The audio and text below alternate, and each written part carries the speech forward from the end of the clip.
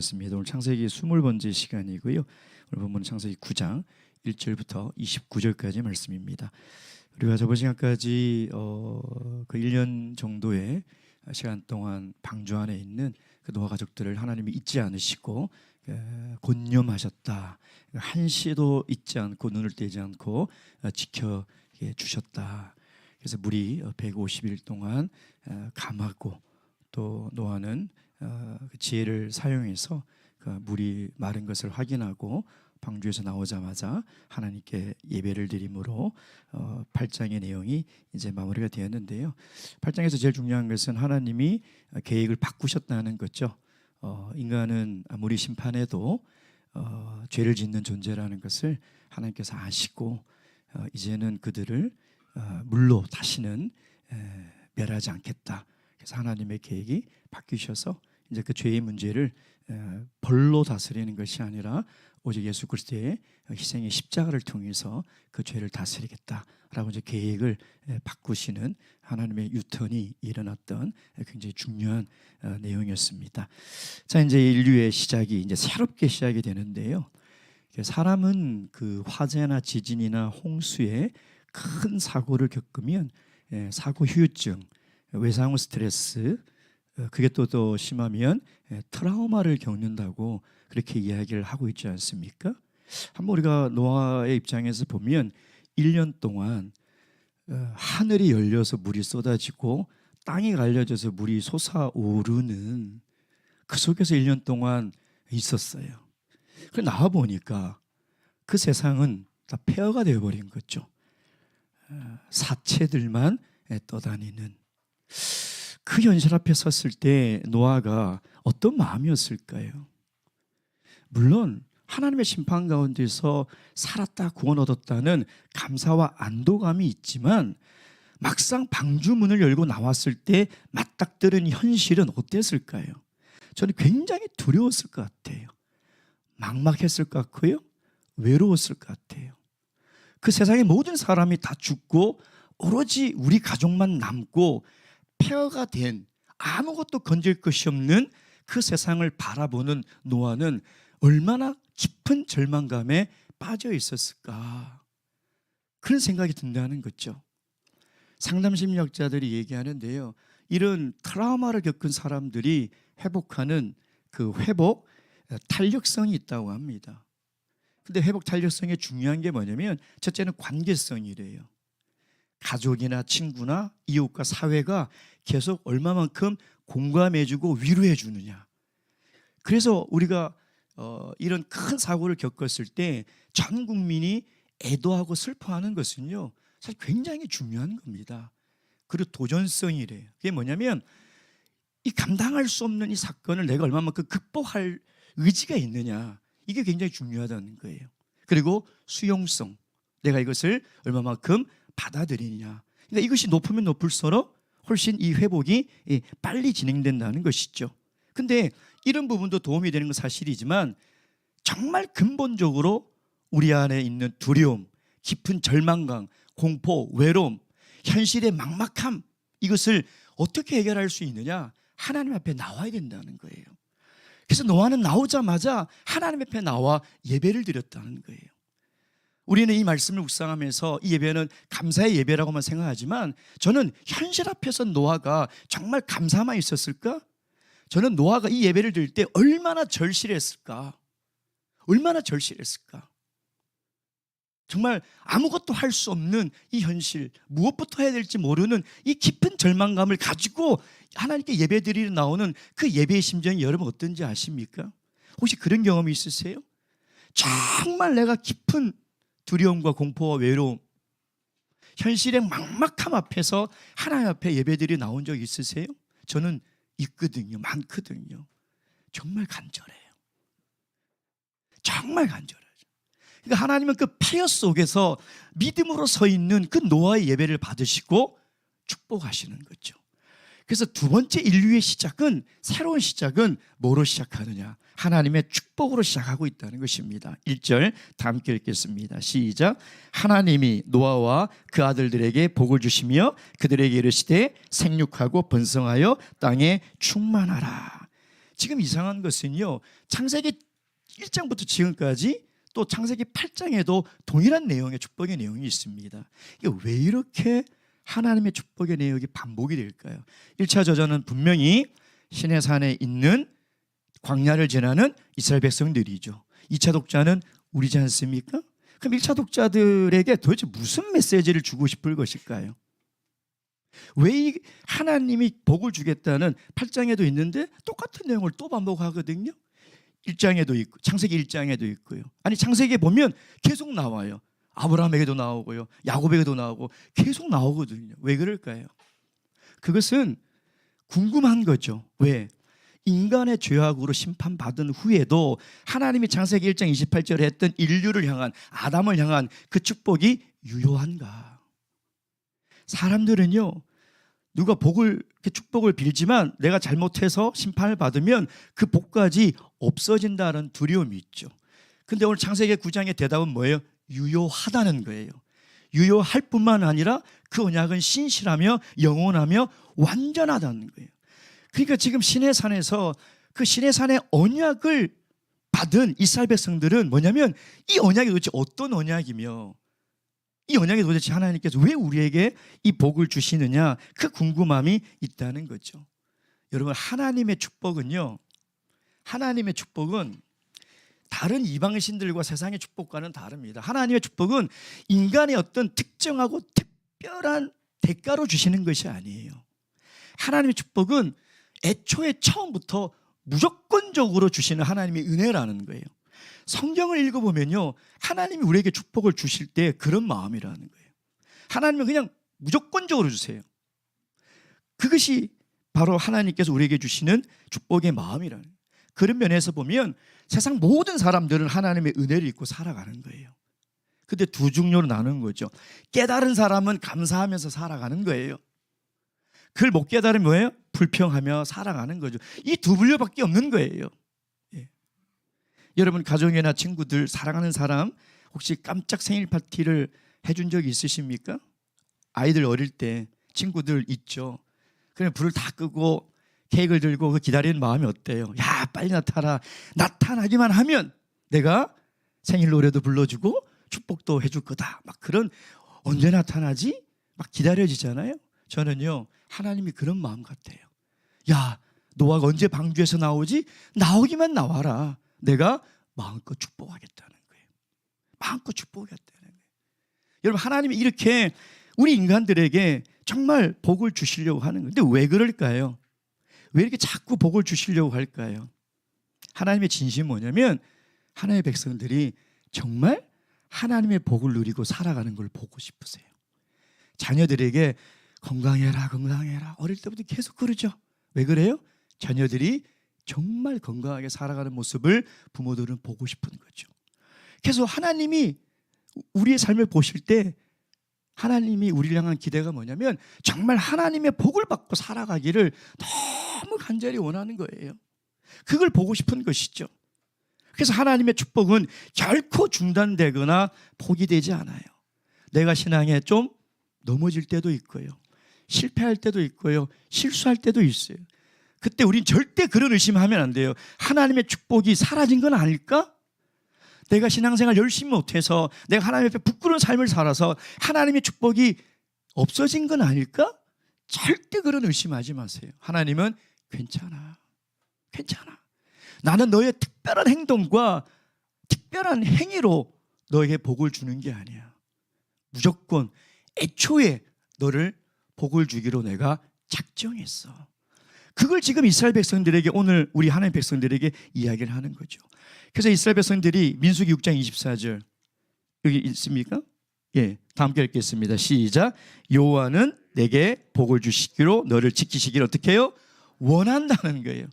하나님이 간절히 원하는 게 뭐냐면, 우리들에게 복을 주시기를 너무 원한다는 거예요. 그게 하나님의 진심이라는 거예요. 자, 3절에 보면, 그리고 또 이어지는 게 있습니다. 3절 다 함께 읽겠습니다. 시작. 무릇 산 동물은 너희의 식물이 될지라 채소같이 내가 이것들을 다 너희에게 주노라. 혹시 삼겹살 좋아하시는 분 계십니까? 치킨 다 좋아하시죠? 특별히 이 구절을 읽을 때 감사하셔야 돼요. 왜냐하면 하나님이 짐승을 우리에게 먹게끔 허락하신 거예요. 왜냐하면 창세기 1장 29절을 보면 하나님이 우리에게 음식으로 허락한 거는 채소, 과일밖에 없어요. 그렇죠? 그러니까 삼겹살 드실 때마다 항상 창세기 9장 3절의 말씀을 꼭 기억하셔야 돼요. 예. 저는 특별히 감사하죠. 고기를 워낙 좋아하다 보니까. 예. 근데 왜 주셨을까? 뭐 여러 가지 견해들이 있습니다. 뭐 첫째는 기후 변화로 인해서 육식을 뭐 해야 된다. 또 두 번째는 사람들이 살인을 하게 되면 살인의 끝이 뭐냐면 인육을 먹는 거예요. 인육. 그러니까 그렇게 될까봐 하나님께서는 염려하셨다. 또 죄로 인해서 동물과의 관계가 깨어져서 동물들이 인간을 두려워하게 만들었다는 거죠. 뭐 여러 가지 견해가 있는데 어떤 것이 맞는지는 정확하게 알 수는 사실 없어요. 그러나 그 모든 견해를 통틀어 보면 인간을 향한 하나님의 배려예요. 어떤 견해가 맞든지 간에 하나님이 복을 주시면서 하신 말씀이기 때문에 우리를 향한 하나님의 배려라는 거죠. 근데 단서 조건이 있어요. 4절 6절 시작. 그러나 고기를 그 생명되는 피채 먹지 말 것이니라. 내가 반드시 너희 피 곧 너희 생명의 피를 찾으리니. 여기까지 읽겠습니다. 근데 뭐예요? 피채 먹지 말라요. 왜? 피는 생명이라는 거죠. 왜? 그동안 인간들이 지은 죄를 보면 성경이 계속 강조하는 게 있죠. 살인죄잖아요. 아담이 타락해서 가인의 살인죄를 고발하고 있고 람에게 살인죄를 고발하고 있거든요.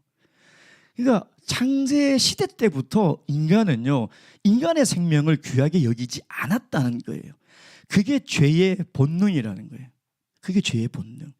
그래서 하나님은 그 생명을 귀하게 여기라는데 귀하게 여기는 그 이유가 뭐라고 되어 있습니까? 6절 다 함께 읽겠습니다. 시작. 무릇 사람의 피를 흘리면 사람이 그 피를 흘릴 것이니 이는 하나님이 자기 형상대로 사람을 지었다. 여러분 인간이 존귀한 이유는요 예뻐서가 아니에요. 예쁜 짓을 해서가 절대 아니에요. 인간은 하나님의 형상에 따라 지음을 받았기 때문에. 그래서 인간이 가장 존귀한 이유가 거기에 있는 거예요. 인간의 존귀성은 거기에 있는 거죠. 그러니까 여러분 정말 존귀한 존재예요. 가난하나 부하나 많이 배우나 못 배우나 잘생기나 못생기나 그게 아무 상관없어요. 그냥 내가 이 땅에 존재한 만으로도 나는 하나님 앞에 이 세상에게 나는 존귀한 존재라는 거예요. 그러니까 스스로 정말 귀하게 여길 수 있어야 되죠. 하나님은 내가 있는 그 자체만으로 사랑하신다는 거죠.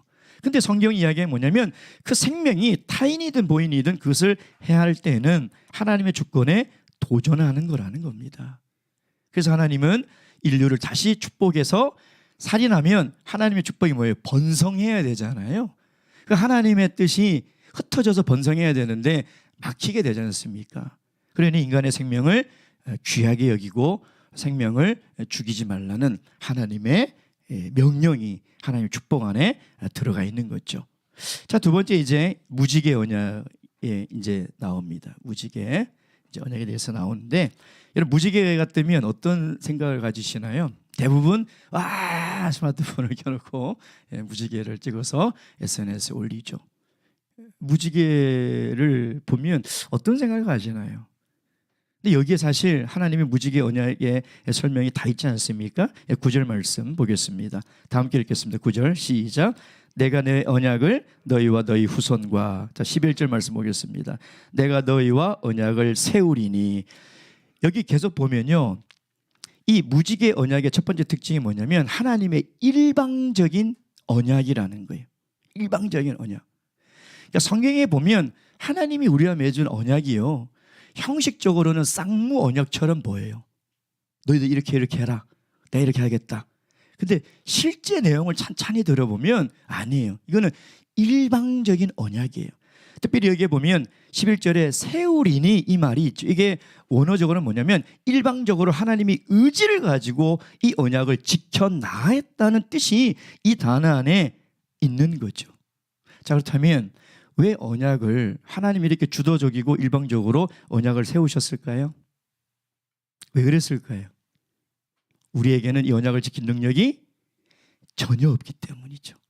왜냐하면 이게 쌍무 언약이 되어버리면 하나님의 언약은 순식간에 깨어져 버리는 거예요. 그러니까 그렇게 할 수가 없어요. 그러니까 우리가 뭔가 열심히 할 말씀을 지키고 이 언약을 지킨다고 생각하지만 이거는 엄청난 착각이에요. 절대 지킬 수가 없어요. 자, 요한복음 15장 16절 찾아보겠습니다. 요한복음 15장 16절. 요한복음 15장 16절.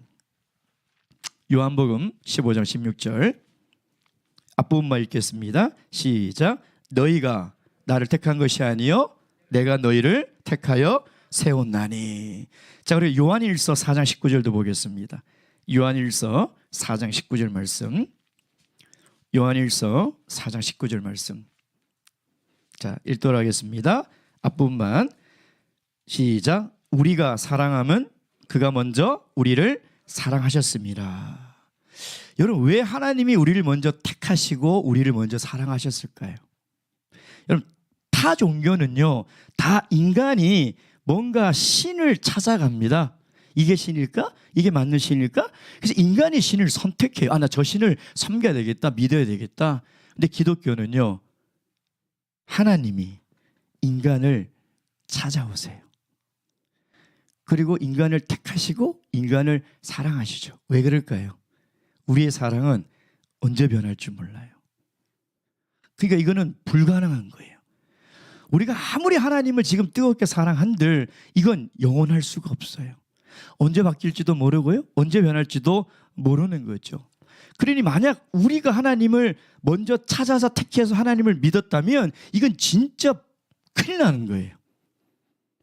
이건 절대 영원히 갈 수가 없어요.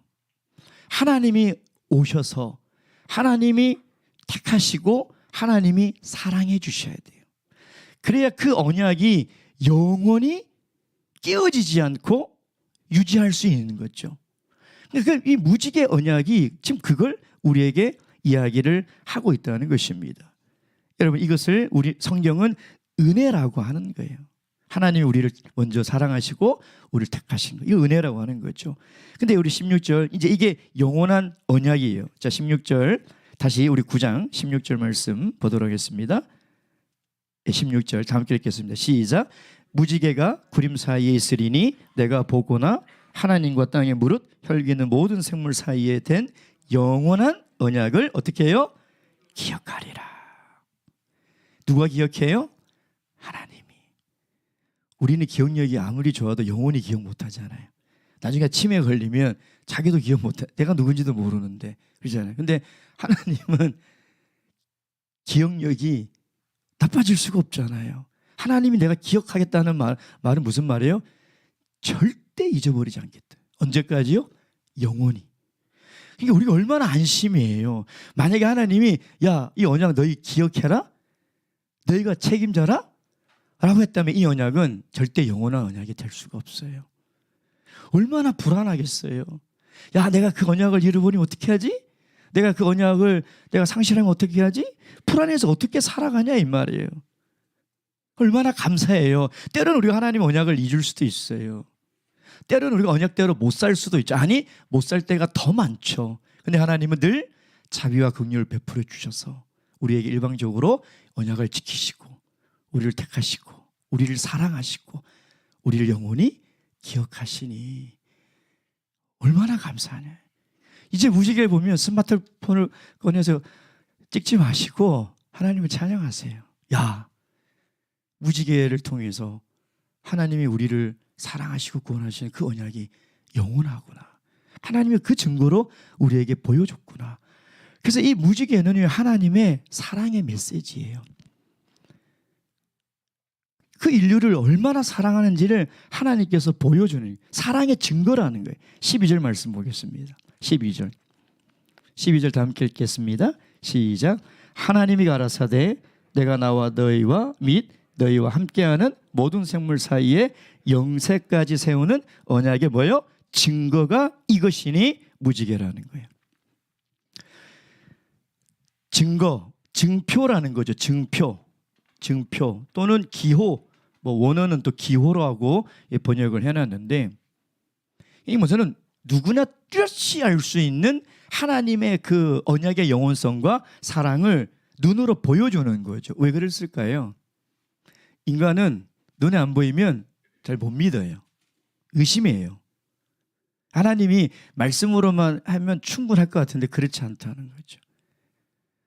그 증거가 뭐예요? 앞으로 창세기 11장에 나올 바벨탑의 사건이잖아요. 못 믿는 거예요. 하나님이 물로 이제 멸하지 않겠다 하고 증거로 무지개를 줬는데도 못 믿는 거예요. 그게 우리 인간이죠. 예.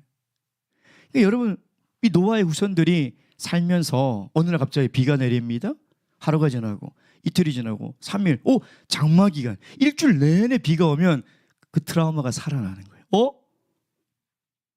그때처럼 또 물로 다 잠기는 건 아닐까? 근데 어떻게 해요? 갑자기 비가 그치면서 구름 사이에서 무지개가 싹 떠오르니까 안심하는 거죠. 야, 하나님의 언약은 신실하구나. 하나님 우리를 사랑하시구나. 그걸 아는 거죠. 그래서 무지개는 뭐냐면 하나님이 우리를 사랑한다는 메시지를 자꾸 보내는 거예요. 우리가 말로 사랑해 안 해도 이렇게 하면 뭐예요? 이렇게 하면 뭐예요? 사랑한다는 거잖아요. 그러잖아요. 말을 안 해도. 그렇죠? 예. 제가 한 몇 년 전에 우리 성도님들 모시고 말레이시아 싱가포르 교회를 방문해. 그때는 한국의 이 하트 모양이 사람들이 잘 모를 때였어요. 외국인들이. 근데 우리 한국 성도님들은 사진만 찍으면 막 이렇게 계속 이렇게 하니까 어떤 그 싱가포르에 있는 한 목자님이 이제 같이 이제 한 이틀 같이 동행을 했죠. 조용히 저한테 오더니 그래, 목자님 이게 뭐예요? 그래. 혹시 한국 사람들은 정말 소문에 돈을 좋아한다고 하는데 이 뭐 돈을 달라는 거예요? 그러네. 제가 아니요, 사랑한다는 뜻입니다. 그랬더니 이제 그분이 갈 때마다 이러는 거예요. 그분이 갈 때마다 그러는데 나중에 이제 많은 외국인들이 이걸 아는데 무지개는 뭐냐면 하나님이 이렇게 하는 거예요. 너희들 사랑한다. 이 언약을 내가 신실히 지킨다. 사랑한다. 그런 뜻이라는 거죠. 이 무지개 언약이 신약 세대에 가면 뭐가 되냐면 바로 십자가예요. 하나님이 우리에게 보여주시는 사랑의 증표, 사랑의 증거, 사랑의 메시지가 되는 거죠. 예. 그러니 우리가 십자가를 보면 알잖아요. 하나님이 얼마나 나를 사랑하는지 하나님이 말로만 하면 잘 몰라요. 그러니까 사복음서에 예수 그리스도의 십자가의 순환을 그렇게 자세하게 기록한 것은 예수님을 불쌍히 여기라는 게 아니에요. 얼마나 하나님이 우리를 사랑하는지 그걸 보라는 거예요. 그 십자가를 통해서 하나님의 그 언약이 얼마나 신실하며 영원한 언약인지를 보고 감사하라는 거예요. 그러니 십자가를 보면 우리 안에 두려움도 죄책감도 사라지는 거죠. 왜? 하나님은 내가 좀 부족해도 여전히 사랑하시고 마지막 날 심판이 있어도 이 십자가를 통해서 나는 죄사함을 받았으니 두려움이 없는 거죠. 그러니 그 십자가를 제대로 보면 죽음까지도 두려움이 없는 거예요. 왜? 십자가를 통해서 십자가 너머에 반드시 우리는 부활할 것이라는 하나님의 확실한 언약이 있잖아요. 그러니 여러분 이 십자가를 늘 바라보고 늘 붙들고 늘 믿으며 살아가야 되는 거죠. 이 십자가가 우리의 모든 근심과 두려움과 염려와 죽음의 무서움까지도 없이 하는 것은 이 십자가밖에 없는 거예요. 여러분 노아 시대 때 사람들을 생각해 보세요. 그 두려움 속에서 비가 언제 그칠까 할 때 무지개가 짱 뜨면요 얼마나 안도의 한숨을 쉬었을까. 야, 심판 안 당하는구나. 하나님의 사랑이 변함이 없구나.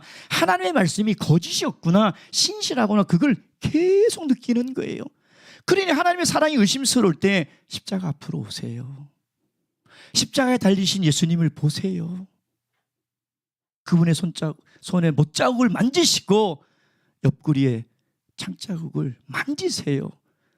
그리고 믿는 자가 되세요. 하나님의 사랑을 믿는 자.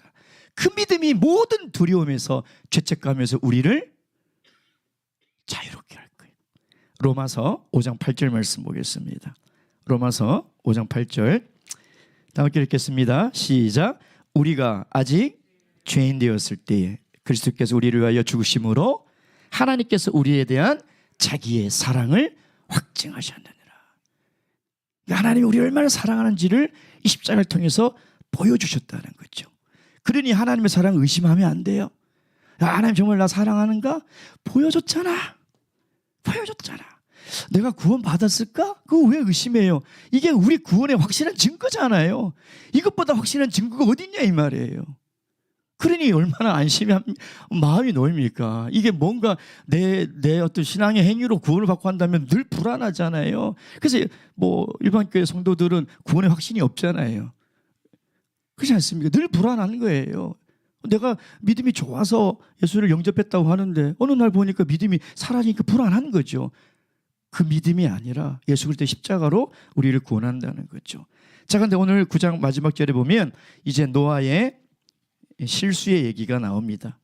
자, 18절부터 29절까지인데요. 이 본문의 말씀을 읽으면서 저는 그런 생각을 해봤습니다. 사람은 정말 망각의 동물이구나. 정말 잘 잊어버리죠. 그렇죠?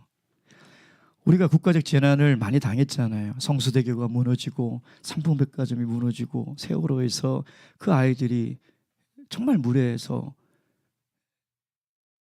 살아나지 못하는. 근데 그때마다 전문가들이 진단하는 게 뭐예요? 안전 불감증이에요. 인재라는 거죠. 계속 그 얘기를 해요. 근데 그 사건이 일어날 때마다 그 전문가들이 하는 얘기가 뭐냐면 이거는 끊어지지 않을 거라는 거예요. 왜? 인간의 욕심들 때문에 안 된다는 거예요. 이번 이태원 참사도 마찬가지잖아요. 안전 불감증이잖아요. 이 국가적 재난에 일어날 이 징후들이 얼마나 많았습니까? 예방책이 얼마나 많았고, 그럼에도 불구하고 설마 하는 그런 안전 불감증이 있었다는 거죠. 그것이 결국은 이렇게 큰 이 참담한 국가적 재난을 우리가 당하게 되지 않았습니까? 저는 너무 마음이 아픈 거예요. 20대들이 정말 많이 참변을 당했는데 그 세대들이 10대 때 세월호를 겪었던 세대거든요. 너무 불쌍한 거예요. 그 20대들이 너무 불쌍한 거예요. 얼마나 두렵고 얼마나 무섭겠냐 이 말이에요.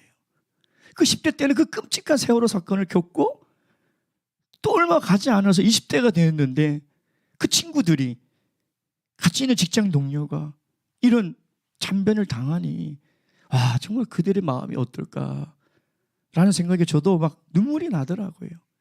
그러니까 인간은 이렇게 정말 망각의 동물이에요. 21절 말씀 보겠습니다. 21절 다 함께 읽겠습니다. 시작. 포도주를 마시고 취하여 그 장막 안에서 벌거벗은지라. 누가요? 노아가. 저는 이걸 읽으면 하나님께 감사한 것이 성경은 정말 진실한 책이구나. 성경은 거짓을 기록한 책이 아니구나. 사실 그대로죠. 인간의 추악함, 부족함, 나약함 있는 모습 그대로 보여주잖아요. 아브라함도 마찬가지고 다윗도 마찬가지잖아요. 뭐 그를 무슨 위인으로 뭐 막 이렇게 이게 막 높여 세우고 이런 취한 거는 지우지 않잖아요. 그렇다면 성경은 그럼 이런 인물들의 실수를 폭로하는 책인가? 이런 생각이 드는 거예요. 그건 아니라는 거예요. 왜 이런 당대 의인이며 완전한 노아의 실수를 성경은 기록할까요? 그냥 에이 술 먹고 그럴 수 있지 하고 그냥 눈 감아주면 안 될까요? 근데 왜 기록할까요? 하나님은 인간의 연약함과 실수에도 불구하고 하나님은 그들을 통해서 하나님의 계획을 이루어 가신다는 거죠. 그렇다면 왜 이렇게 성경은 이 노아를 고발하고 있을 걸까요? 당대 의인이고 완전한 이 노아가 너무 이상하지 않습니까? 왜 그럴까요? 그거는 인간의 본질이 무엇인지를 우리에게 이야기하려고 하는 거죠. 그러니까 죄에 대해서 심판을 받아도 인간은 개선이 안 된다는, 또 잊어버려요.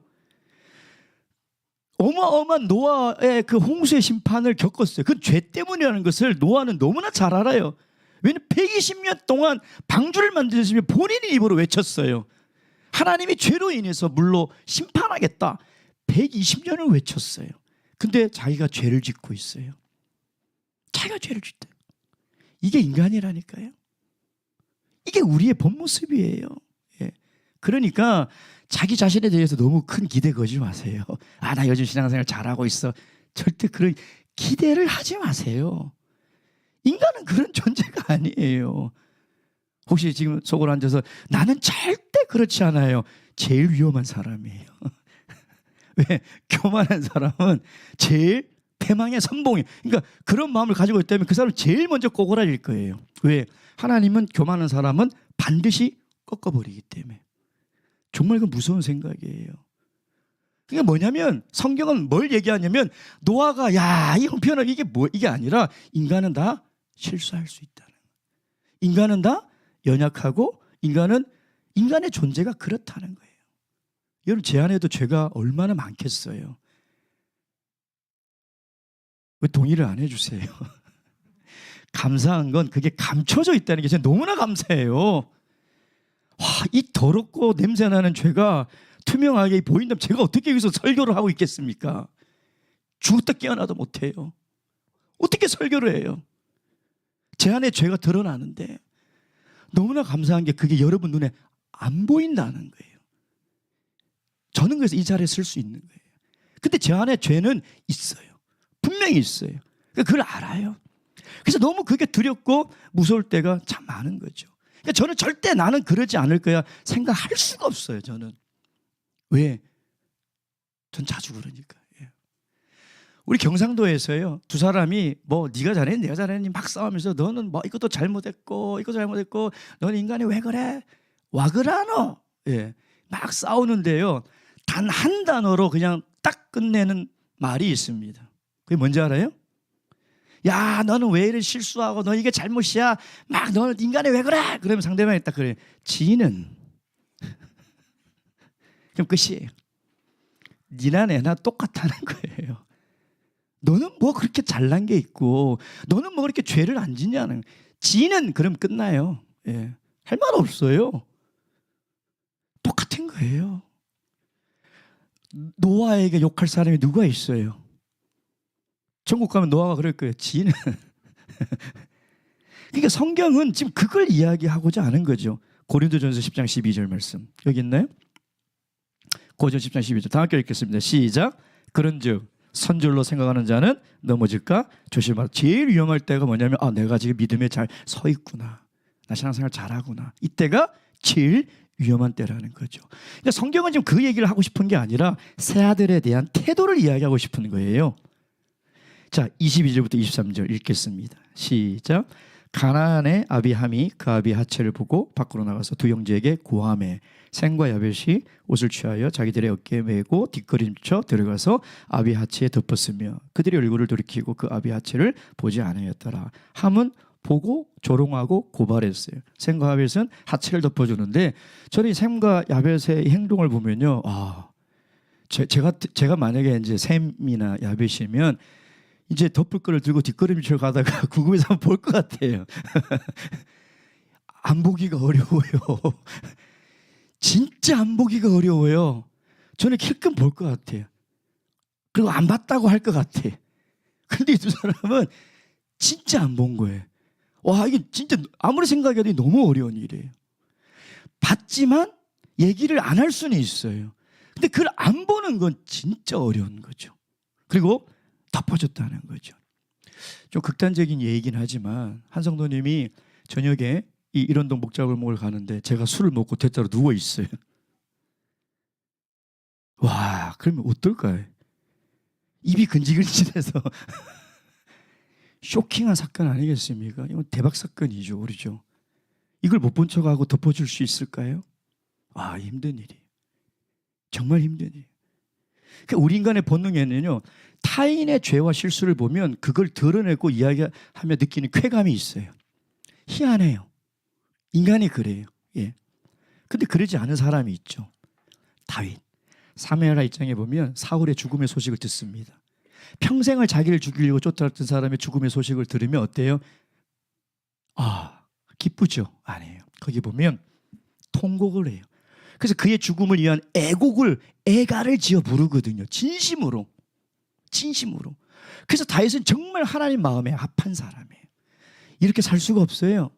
그러니까 성경은 노아의 실수에 초점을 둔 것이 아니라 이 세 아들의 태도를 비교하고 있는 거죠. 사실 노아가 잘못을 제공한 게 맞아요. 근데 성경은 노아의 잘못에 대해서 전혀 침묵하고 있어요. 그러면 뭐냐면 성경이 이야기하고 싶은 것은 노아의 실수가 아니라는 거죠. 하나님의 의도가 뭘까요? 이 함과 두 아들이 비교해서 함이 아버지의 실수를 드러내고 조롱하고 다른 데 퍼뜨리는 이것이 하나님 앞에 잘못된 행동이라는 것을 우리에게 이야기하고 있는 거죠. 그래서 25절 26절을 보면 25절 26절 보겠습니다. 이에 가로되 가나안은 저주를 받아. 이 참 이해가 안 돼요. 아버지 함이 잘못했는데 그 아들 가나안이 저주를 받았죠. 뭐 여기에 대한 해석도 굉장히 많습니다. 사실 뭐 제가 하나하나 일일이 다 하지 않았는데 뭐 함께 있었다, 공범이었다, 아니면 가나안이 더 조롱했다. 또 사실 많은 학자들은요 이 부분을 레위기에 나오는 근친상간이 일어났다, 이렇게 해석하는 신학자들도 사실 굉장히 많습니다. 그래서 가나안이 그 현장에 있었다, 또 이렇게 해석하는 사람들이 굉장히 많은데 사실 뭐가 맞는지는 모르겠습니다. 근데 우리는 뭐 거기까지 알 필요는 없고요. 우리가 알아야 될 게 뭐냐면 가나안의 이름이 왜 등장하느냐는 거예요. 이건 앞으로 하나님의 민족인 이스라엘과 끊임없이 투쟁해야 될 민족이죠. 이 민족의 출발을 우리에게 이야기하는 거예요. 나중에 정말 이 가나안이 여호수아 때 정복을 당하는, 지금 그들에게 1차적으로 얘기하고 싶은 것이 그거라는 거죠. 예, 여기까지 우리가 좀 알면 되고요. 그 다음에 이 창세기 9장을 통해서 이제 가나안이 저주를 받아서 가나안이 뭐 흑인들이 인종차별이 있고 이 노예의 제도가 도대체 어디서 시작됐을까 했을 때 그 근거가 창세기 9장의 이 구절을 가지고 주장을 많이 해요, 기독교가. 근데 사실 이것은 굉장히 잘못된 해석이고 이렇게 기독교가 해석해서는 안 된다는 거죠. 왜냐하면 하나님은 모든 인간이 평등하게 만드셨는데 이것을 근거로 노예 제도를 합리화하고 인종차별을 이렇게 합리화해서는 사실 안 되는 거죠. 이번에 대해서는 이제 10장에 이제 노아의 그 톨레트 족보가 나옵니다. 이제 그때 가면 이번에 대해서 함께 또 알아보도록 하겠습니다. 세 가지. 첫째, 하나님은 우리에게 복을 주시기를 간절히 원하신다는 겁니다.